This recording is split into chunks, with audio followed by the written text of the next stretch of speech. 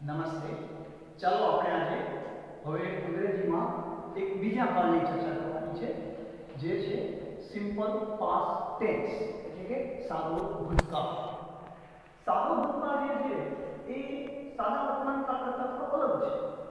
જેમ કે આપણે વાત કરીએ સાદા ભૂતકાળની, તો સાદો ભૂતકાળ જે છે એ મોટે ભાગે કોઈ ઘટના ભૂતકાળના સમયની અંદર શરૂ થઈ હોય અને ભૂતકાળમાં પૂર્ણ થઈ જાય, તો એના માટે આપણે સાદો ભૂતકાળ વાપરતા હોઈએ છીએ.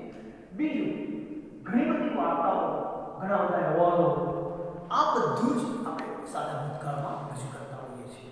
તો સાદા ભૂતકાળની વાત કરીએ તો ત્રણ બાબતો પર એને ભાર આપવાનો છે. સૌથી પહેલી આપણે જે વાત કરીએ કે સાદો ભૂતકાળ કોને કહેશું, તો કે ભૂતકાળમાં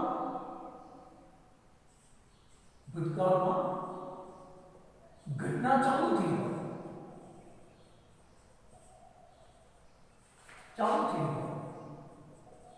અને ભૂતકાળમાં જ પૂર્ણ થઈ ગયું,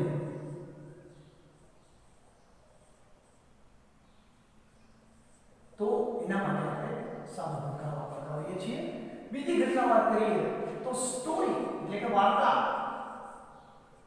આ વાર્તાની અંદર મોટે ભાગે સાદા ભૂતકાળનો ઉપયોગ કરીએ છીએ. કોઈ પણ વાર્તા બની હોય તો એને સાદા ભૂતકાળનો ઉપયોગ કરીએ છીએ.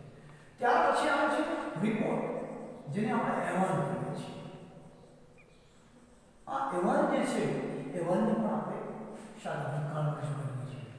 અથવા તો આપણે જે કંઈ દાખલા તરીકે ડાયરેક્ટ ઇનડાયરેક્ટ સ્પીચ શીખતા હોય ત્યારે ડાયરેક્ટમાંથી ઇનડાયરેક્ટ કરતી વખતે સાદો ભૂતકાળથી સાદો વર્તમાન કાળથી સાદા ભૂતકાળમાં કન્વર્ટ થતો હોય છે. તો એમાં પણ સાદો ભૂતકાળ આપણે વાપરતા હોય છે ઇનડાયરેક્ટ સ્પીચની. તો આ એક સામાન્ય વાત છે કે સાદો ભૂતકાળ જે છે એનો ઉપયોગ શું છે. સાદા ભૂતકાળમાં કેવા શબ્દો હંમેશા પ્રતિનિધિત્વ કરે છે. હવે કયા શબ્દો પ્રતિનિધિ કરે એ આપણે જોઈએ. તો આપણે જોઈએ મોટે ભાગે એક શબ્દ આપણને યાદ આવે છે લાસ્ટ ડે. આ શબ્દ મોટે ભાગે સાદા ભૂતકાળમાં આવે છે. લાસ્ટ ડે ની સાથે સાથે આપણે વીક, મંથ, યર આની પણ વાત કરીએ છીએ. પછી ટુડેની વિરુદ્ધનો શબ્દ છે યસ્ટરડે, જે શબ્દને પણ આપણે સાદા ભૂતકાળમાં વાપરતા હોઈએ છીએ. પછી ઇનડાયરેક્ટ સ્પીચમાં ઉપયોગ થતો શબ્દ ધ પ્રીવિયસ ડે. આ પ્રીવિયસ ડે પણ આપણે સાદા ભૂતકાળમાં વાપરતા હોઈએ છીએ. તો સાદા ભૂતકાળની અંદર મોટે ભાગે આવા શબ્દ જ વપરાતા હોય છે, જેમાં ઘટના પૂર્ણ થઈ ગઈ હોય એવું બતાવવામાં આવે છે. બીજી બાબત કે અહીંયા આપણે જે શબ્દો લખ્યા last week, last month, last year, last day, previous day, yesterday, આ ઉપરાંત ઘણા એવા શબ્દો છે જેમ કે last Monday, last Sunday, last month જે વાત કરીએ તો આ શબ્દો સાદા ભૂતકાળમાં વપરાતા હોય છે. હવે સાદા ભૂતકાળને પણ આપણે 7 પ્રકારના ટોપિક શીખવાના છે, જેમાં સાદા વર્તમાન કાળમાં શીખ્યા આપણે કે અસેટિવ સેન્ટેન્સ વિધાન વાક્યો, ઇન્વર્ઝન અથવા ક્વેશ્ચન પ્રશ્નાર્થ વાક્યો, નેગેટિવ નકાર વાક્યો અને ડબલ્યુએચ ક્વેશ્ચન. એ આમાં પણ આપણે શીખવાના છે.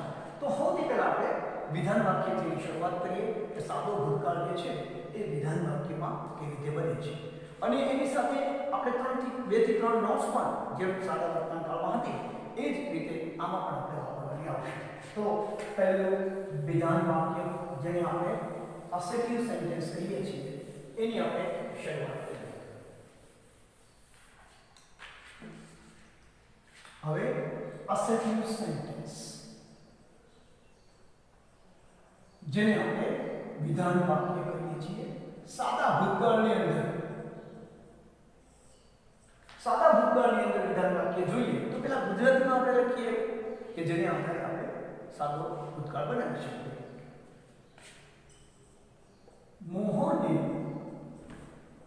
ગઈકાલે આ વૃક્ષ વાવ્યું. હવે જુઓ તમે કે મોહને ગઈકાલે આ વૃક્ષ વાવ્યું, ક્રિયા ઘટના પૂર્ણ થઈ ગઈ છે. ગઈકાલે એને વાવવાની શરૂઆત કરી અને ગઈકાલે પૂર્ણ કરી, એટલે સાદા ભૂતકાળને આપણે લીધું. હવે આ વાક્યને અંગ્રેજીમાં આપણે કન્વર્ટ કરીએ છીએ તો મોહન planted. Plant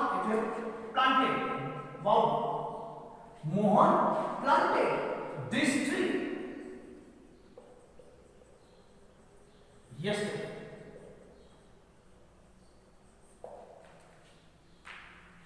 તો અહીંયા પ્લાન્ટ એટલે પાછું મોહને ગઈકાલે આ વૃક્ષ વાવ્યું.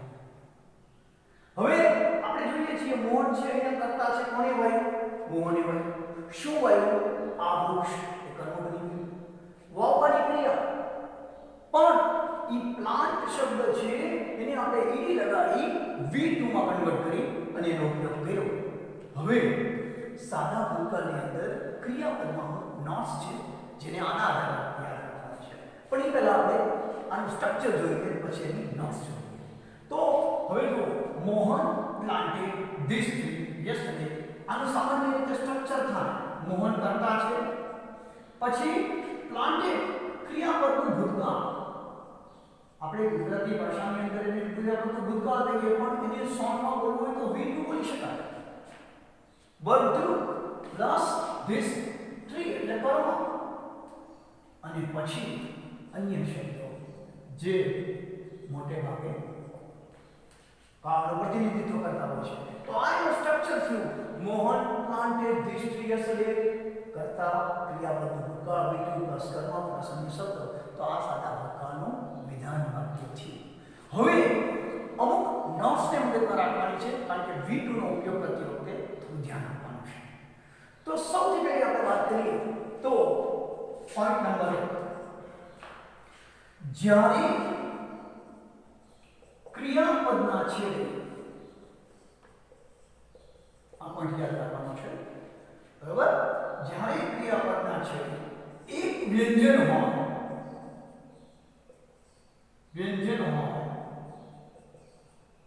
અને વ્યંજનની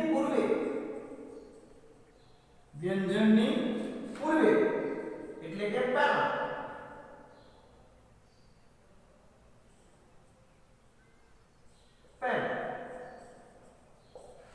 એક સ્વર હોય ત્યારે તે ક્રિયાપદનું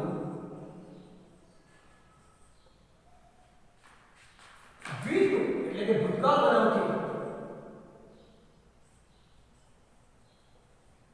બનાવતી વ્યંજનને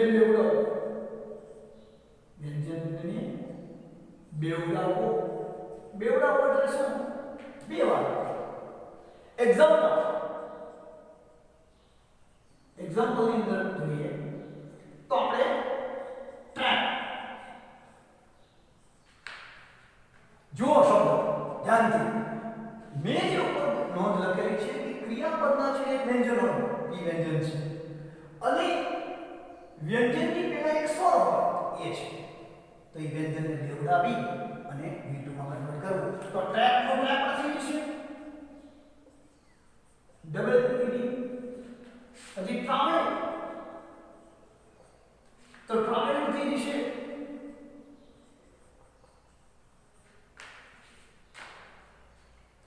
પણ વોચ એન્ડ વેટ.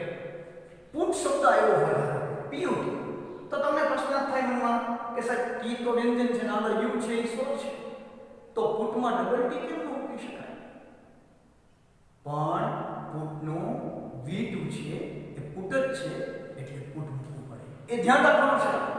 તો અહીંયા ટ્રેકનું ટ્રેક, ટ્રાવેલનું ટ્રાવેલ, આવી જ રીતે પુટ અને પટ જે છે એ તમારે ધ્યાન રાખવાનું છે કારણ કે એના સેમ ત્રણે આપણે જે V1 V2 V3 એ સમાન એક જ શબ્દમાં છે, એક જ સમાન શબ્દ છે એટલે એમાં નો ઉપયોગ કરવાનો નથી. પણ આ શબ્દનું ધ્યાન રાખવાનું. જે નોટ્સ લખેલી છે એના આધારે આપણે કરી શકીએ છીએ. પછી સ્ટોપ, એ ઘણા બધા ઉદાહરણ વિશે કહેવામાં સ્ટોપ નો સ્ટોપ તમે જે ધારો એ આવી શકે છે આ શબ્દો. તો હવે આપણે આવું એક વાક્ય લઈએ કે જેમાં ક્રિયાપદનું બેવડાવી થતું હોય કે જેથી આપણને ખ્યાલ આવે નોટ્સનો આધારે. બરાબર? તો હવે આપણે એ જ વાક્ય વિધાન વાક્યમાં એક એવું ક્રિયાપદ આવતું હોય કે જેમાં મોટે ભાગે વ્યંજન બેવડાવતું હોય. તો હવે એક ઉદાહરણ જોઈએ છીએ.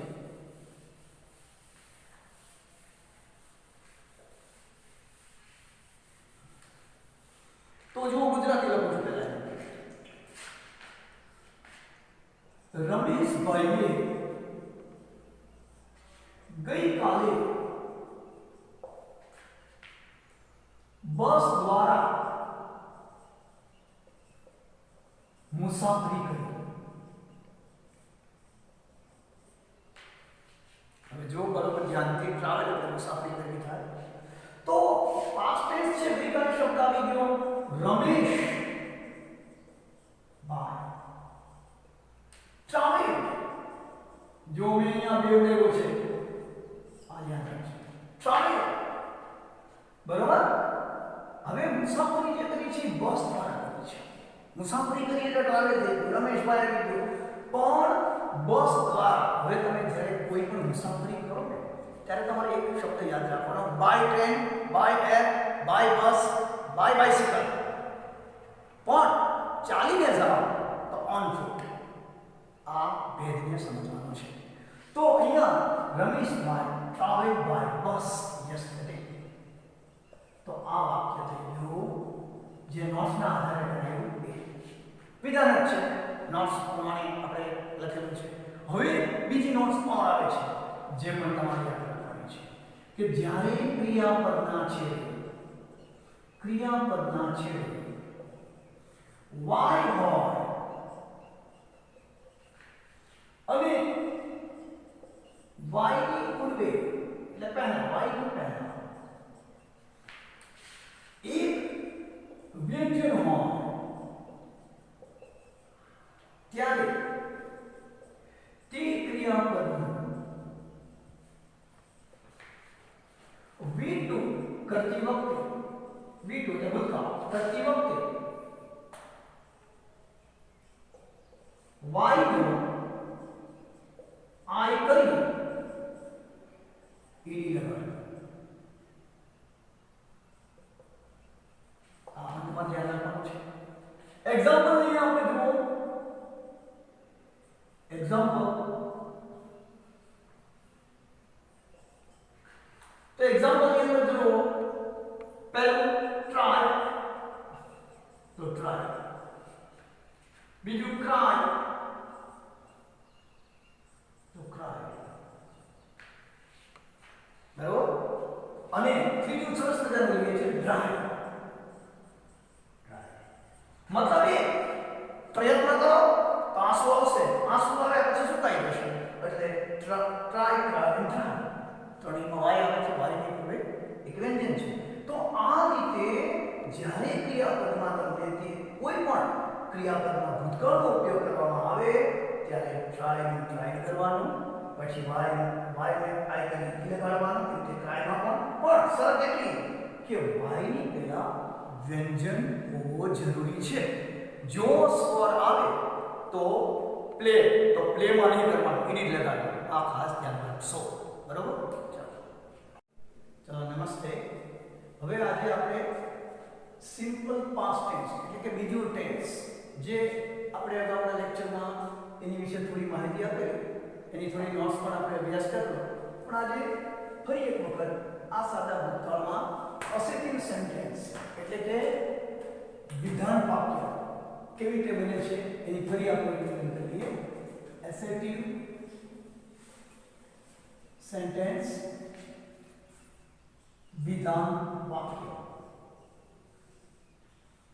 હવે વિધાન વાક્ય જે છે સાદા ભૂતકાળનું એ કેવી રીતે બને છે જેની આપણે ગયા લાસ્ટ લેક્ચરની અંદર થોડી ઘણી ચર્ચા કરી કે સાદો ભૂતકાળ એટલે જે ઘટના ભૂતકાળમાં ચાલુ થાય અને ભૂતકાળમાં પૂર્ણ થઈ જાય એને આપણે સાદો ભૂતકાળ કહેતા. આ ઉપરાંત આપણે વાર્તા લખવી હોય, રિપોર્ટ તૈયાર કરવા હોય તો પણ સાદા ભૂતકાળનો આપણે ઉપયોગ કરતા. એની વિશે બધી વાત કરી.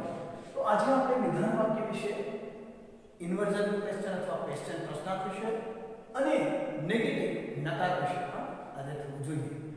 હવે એસેટિવ સેન્ટેન્સની અંદર પહેલા આપણે ગુજરાતી ભાઈનું વાક્ય લખશું અને એનું અંગ્રેજી આપણે કરી લખીશું. સૌથી પહેલું જોઈએ તો લીનાએ ઘણી કેરીઓ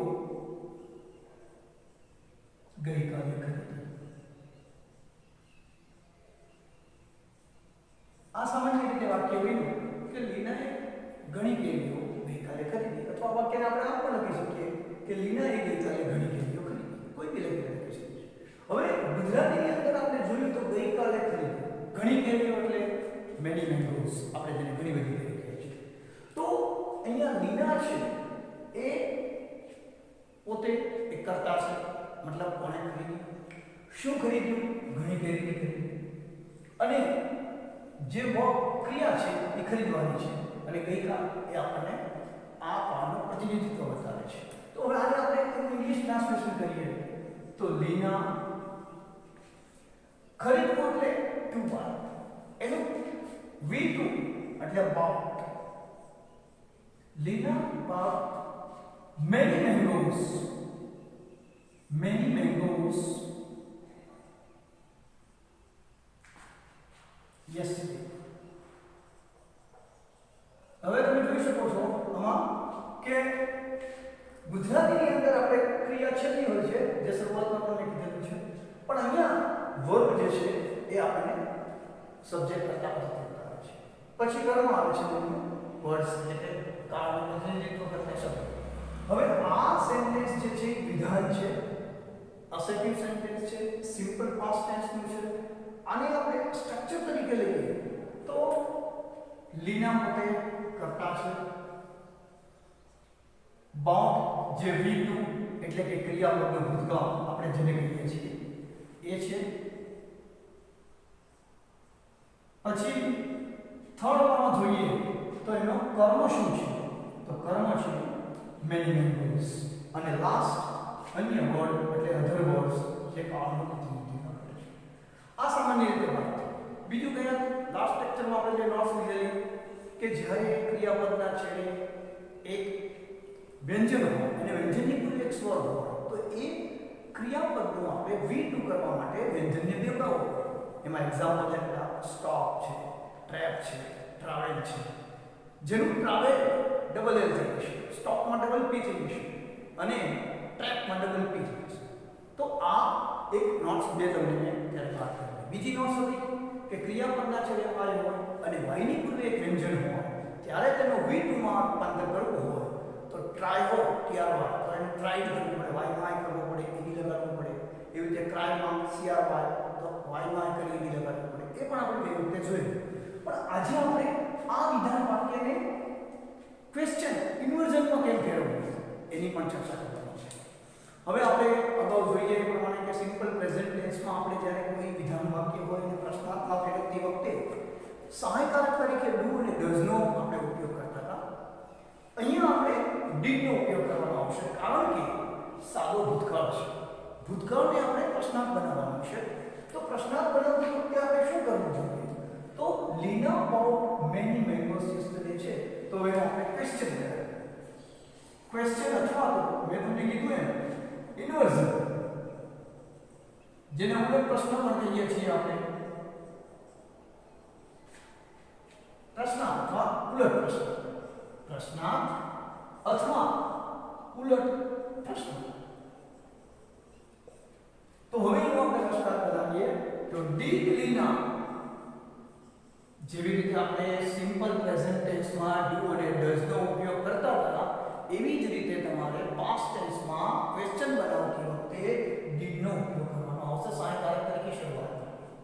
તો ડીડ લીના, હવે અહીંયા બાઉટ શબ્દ આવ્યો છે એનું બાય શબ્દ થયું છે, કારણ કે એ V1 છે, બાય એટલે ખરીદવું. તો did Leena buy many mangoes yesterday. તો અહીંયા જે શબ્દ આવ્યો આપણને આખો પ્રશ્નાર્થ વાક્ય બનાવ્યું એમાં માત્ર આપણે ડીડ ઉમેર્યું અને બીજું પરિવર્તન આપણે એટલે આ બે પોઈન્ટ આપણે પ્રશ્નાર્થમાં ઉમેર્યા. ડીડ નો સહાયકારકનો ઉપયોગ કર્યો, બાઉટનો બાય કર્યું અને વાક્યને પૂર્ણ કર્યું. આનું ગુજરાતી જોઈએ તો શું લીનાએ ગઈકાલે ઘણી કેરી ખરીદી, શું લીનાએ ગઈકાલે ઘણી કેરીઓ ખરીદી, ક્વેશ્ચન એનું ઇંગ્લિશ.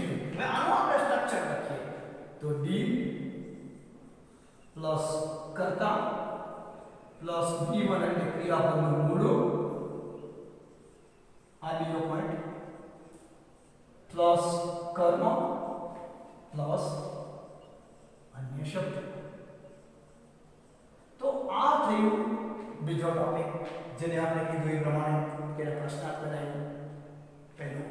વિધાન વાક્ય હતું, અહીંયા પ્રશ્નાર્થ બનાવવામાં આવ્યું. હવે આ જ વાક્યને આપણે નેગેટિવમાં ફેરવી શકીશું. નેગેટિવ એટલે નકાર, તો ત્રીજો ટોપિક છે નેગેટિવ. નેગેટિવ કેમ બની જોજો. નેગેટિવની અંદર શું બનાવવાનું? નેગેટિવમાં આપણે ગુજરાતીમાં બોલીએ કે ભાઈ લીનાએ ગઈકાલે ઘણી કેરીઓ ખરીદી ન હતી, તો નેગેટિવ થયો એક પોઈન્ટ. હવે નેગેટિવ પોઈન્ટની અંદર આપણે શું કરવાનું? જેમ આમાં ડીડ પ્રશ્નનો ઉપયોગ કર્યો, પ્રશ્નાર્થ બનાવ્યો, એમ તમારે નેગેટિવમાં ડીડ નોટનો ઉપયોગ કરવામાં આવશે. એટલે કે જ્યારે સાદા ભૂતકાળને આપણે વિધાનમાંથી કે પ્રશ્નાર્થમાંથી નેગેટિવ બનાવીએ ત્યારે ડીડ નોટનો ઉપયોગ અનિવાર્ય બની જાય છે. તો હવે એનો આપણે નેગેટિવ બનાવીએ કે લીના did not buy. About to buy કે did not buy many mangoes yesterday. તો આ શું બતાવે છે? નેગેટિવ પોઈન્ટ કે લીના did not buy many mangoes yesterday. તો આ વાક્ય નેગેટિવ છે. નેગેટિવ ની અંદર તમારે ડીડ નોટ નો યુઝ થાય છે, ક્વેશ્ચન ની અંદર ડીડ નો યુઝ થાય છે, અને વિધાન એટલે કે અસર્ટિવ સેન્ટેન્સ છે એમાં વી ટુ નો ઉપયોગ કરવાનો છે ક્રિયાપદ તરીકે. તો હવે આનું સ્ટ્રક્ચર જોઈએ તો કરતા plus did not plus V1 એટલે કે ક્રિયાનું મૂળ રૂપ. હવે આપણે શોર્ટમાં લખીએ છીએ ક્રિયાનું મૂળ રૂપ. યાદ રાખજો, ક્રિમ એટલે ક્રિયાનું મૂળ. આ તમારે દરેક કામમાં યાદ રાખવાનું છે. ક્રિયાનું મૂળ વત્તા કર્મ વત્તા અન્ય શબ્દ જે કાળનું પ્રતિનિધિત્વ કરે છે. તો આપણે એક સાથે ત્રણ ટોપિક એટલે કે ત્રણ વાક્યો બનાવ્યા છે. એ ત્રણે અલગ અલગ છે સાદા ભૂતકાળ. પહેલું અસર્ટિવ વિધાન વાક્ય, બીજું ક્વેશ્ચન ઇન્વર્ટેડ ક્વેશ્ચન એટલે પ્રશ્નાર્થ, ત્રીજું નેગેટિવ. હવે ત્રણેયમાં તમે માર્કિંગ કરશો અને તેની કમ્પેરિઝન સાદા વર્તમાન કાળ સાથે કરશો તો શું ફેરફાર થાય પણ તમને અત્યારે હું જણાવી દઉં. દાખલા તરીકે સાદા વર્તમાન કાળમાં આપણે ક્રિયાપદ જે છે એમાં મૂળ ક્રિયાપદ એસ અથવા એસ ત્રીજો પુરુષ હોય તો આ V2 ની જગ્યાએ પ્રશ્નાર્થમાં ડુ કે ડઝ વાપરતા સાદા વર્તમાન કાળમાં, અને સાદા વર્તમાન કાળના નકારમાં ડુ નોટ કે ડઝ નોટ વાપરતા. અહીંયા આપણે ડીડ નોટ વાપરીએ છીએ. ડિફરન્સ બહુ નથી, માત્ર તમારે એની કમ્પેરિઝન કરવાની છે કે કયા શબ્દમાં ફેરફાર થાય છે. હવે આ કાળમાં WH ક્વેશ્ચન એટલે કે WH ક્વેશ્ચન જે છે એ કેવી રીતે બને તો આપણે એની ચર્ચા કરીએ. હવે WH ક્વેશ્ચન જેમાં ચાર પ્રશ્નો આવે છે વિવિધ, જે આપણે પહેલા પણ ચર્ચા કરી ગયા હતા અને ફરી પાછા આપણે એની ઉપર ફોકસ કરીએ છીએ. બરોબર. હવે ફરી એકવાર શોર્ટમાં અને ઝડપથી બોલું છું.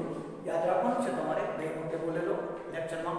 વુ કર્તાના સ્થાને આવશે, વોટ કર્મના સ્થાને આવશે.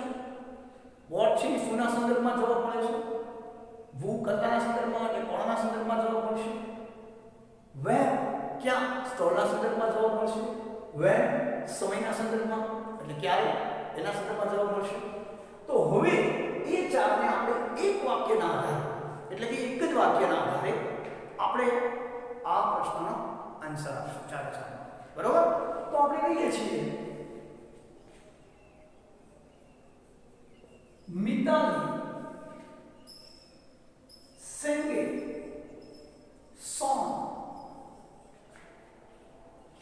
sweetly on the stage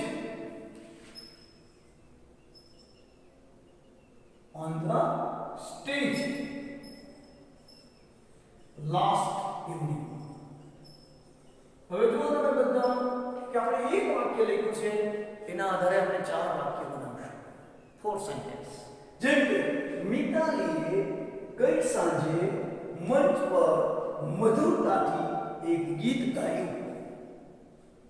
કોણે ગાયું? મિતાલી. શું ગાયું? ગીત. પછી ક્યાં ગાયું? ઓન ધ સ્ટેજ, સ્થળ પર. અને ક્યારે ગાયું? Last evening. હવે વિદ્યાર્થી મિત્રો તમને કદાચ એવો પ્રશ્ન મનમાં થાય કે સાહેબ સ્વીટલી શબ્દ કેમ ન હોય? સ્વીટલીનો પણ જવાબ છે, કેવી રીતે ગાયું, હાઉ, તો એનો પણ પ્રશ્ન જવાબ છે. પણ એ આપણે ત્રણેય ટેન્સ પૂરા થઈ જાય પછી આપણે અન્ય સેન્ટેન્સ જેમાં how many, how much, how, આ બધાના ઉપયોગ પણ આપણે શીખવાના છે. તો અહીંયા આપણે માત્ર ચારના ફોકસ પર કામ કરવાનું છે. પહેલું હુ, બીજું વોટ, ત્રીજું વેર છે, ચોથું વેન છે. પણ આપણે આ રીતે બાકીના સેન્ટેન્સ તો પહેલું સેન્ટેન્સ બનાવીએ હુ. હુ sang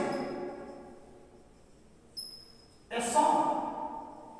બાકી બધું એમને આવે છે ક્વેશ્ચન માર્ક, કારણ કે સબ્જેક્ટ કર્તાના સ્થાને જ ખાલી તમારે હુ મૂકવાનું છે. ક્વેશ્ચન આખો પૂરો થઈ જાય છે કે ભાઈ કોણે મધુરતાથી મંચ પર ગઈ સાંજે ગીત ગાયું. તો કોણે એટલે મિતાલી. હવે જવાબ મળે છે બીજો, પણ પહેલા આપણે સ્ટ્રક્ચર લખી લઈએ જેથી કરીને તમારે પ્રોબ્લેમ ન થાય પાસ્ટ ટેન્સમાં. વુ પ્લસ V2, કારણ કે આમાં તો V2 નો ઉપયોગ આવશે તો જ પાસ્ટ ટેન્સ કહેવાશે. તો V2 નો મતલબ સાદો ભૂતકાળ પ્લસ કર્મ પ્લસ અન્ય શબ્દ અને પ્રશ્ન. તો આ સ્ટ્રક્ચર થઈ ગયું વુ સાદા ભૂતકાળનું વુ વાળા વાક્ય. હવે આપણે બીજો પ્રશ્ન વોટ થી બનાવીએ છીએ. શું ગાયું? તો ગીત ગાયું. આપણે કેવી રીતે છે એને પણ ગીત ગાયું એટલે ગીત પ્રશ્ન એટલે ગીત છે જે શબ્દ એ વોટ નું પ્રતિનિધિત્વ કરે છે. એટલે વોટ થી ક્વેશ્ચન બનાવશો એટલે પહેલો પ્રશ્ન આપણો છે વોટ ડીડ. આપણે સાદા ભૂતકાળની અંદર સિમ્પલ પ્રેઝન્ટ કે અંદર ડુ ને ડઝ વાપરતા, અહીંયા ડીડ વાપરીએ એટલે સાદો ભૂતકાળ છે. તો what did Mita sing. sang નું ઓરિજિનલ વર્બ સિંગ, કારણ કે સિંગ sang sang આ ત્રણ એના રૂપ છે. તો સિંગ વાપરશું. હવે એ સોંગ છે એ વોટ નું પ્રતિનિધિત્વ કરે છે એટલે આપણે કાઢી નાખીશું કે ભાઈ શું એને મધુરતાથી મંચ ઉપર ગાયું, તો ગીત ગાયું. મિતાલીએ મંચ પર ગઈ સાંજે શું મીઠાશથી ગાયું, ગીત ગાયું મીઠાશથી. તો મતલબ આપણે સ્વીટલીનો ઉપયોગ કરશું, બરોબર. તો સ્વીટલી શબ્દ વાપરી શકો ખરા.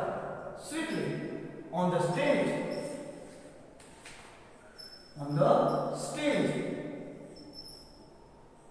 last evening. તો આ પ્રશ્ન થઈ ગયો વોટ. હવે વોટ નું પણ સ્ટ્રક્ચર આપણે લખી શકીશું. ચાલો કે વોટ પ્લસ ડી પ્લસ કરતા પ્લસ V1.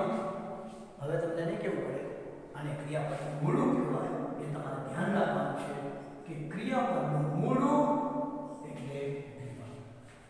હવે તમે જો અહીંયા કર્મ નહીં આવે કારણ કે વોટ ખુદ છે અહીંયા અધર વર્ડ છે.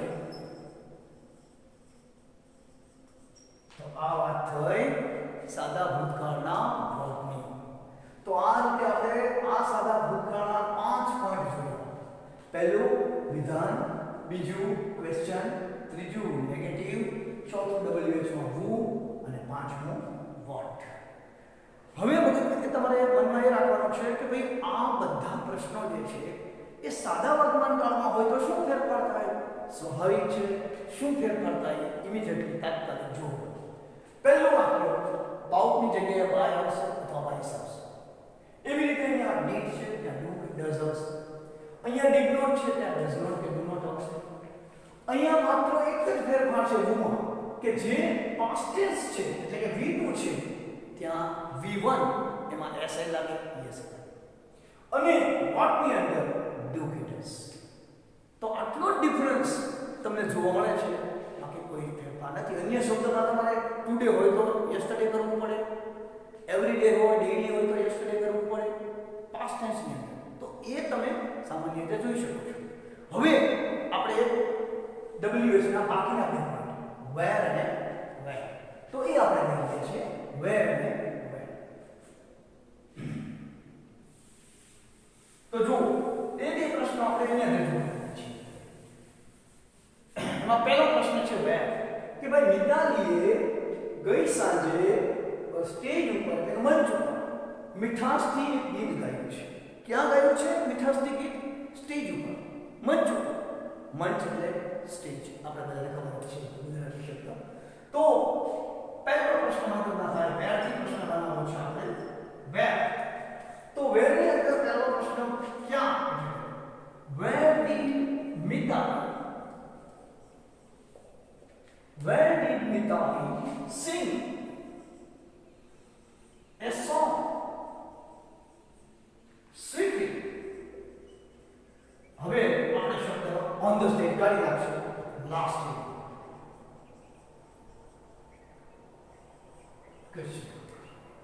સાદા વર્તમાન કાળ હોય તો આપણે મિતાલી શબ્દ રસ વાપરીએ અને બહુવચન હોય તો આપણે ડુ વાપરીએ.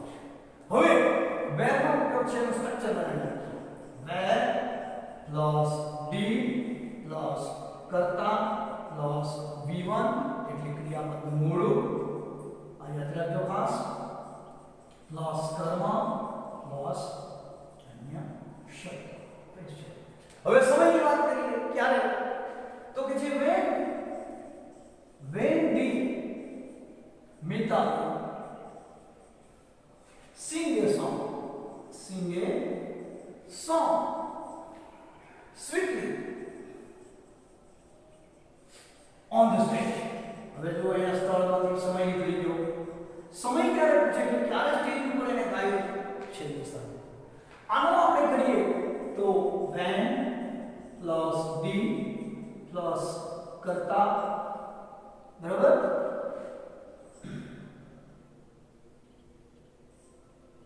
પ્લસ V1 પ્લસ ક્રિયાનું મૂળું કૌંસમાં કહેશું, બરાબર, પ્લસ કર્મ અને અન્ય શબ્દ. તો આ રીતે when થી પણ આપણે પ્રશ્ન જોયા, where થી પણ જોયા. where સ્થળવાચક છે અને when સમયવાચક છે, બરાબર. તો હવે આપણે where ની વાત કરીએ તો એના સ્થળ બતાવીએ કે ભાઈ where did Mitali sing a song, બરાબર, sweetly on the stage. કાઢી નાખ્યો લાસ્ટ ઇવનિંગ. where છે કારણ કે સ્ટેજ શબ્દ મંચ છે, સ્થળવાચક છે એટલે where નો ઉપયોગ કર્યો. એવી રીતે where did Mitali sing a song sweetly on the stage? મંચ પર એ ક્યારે ગીત ગાયું મધુરતાથી? તો સાંજે ગાયું, બરાબર. તો આ રીતે આપણે સાદા ભૂતકાળની વાત કરીએ તો સંપૂર્ણ રીતે અહીંયા સાદો ભૂતકાળ આપણે પૂરો થાય છે, બરાબર. Thank you.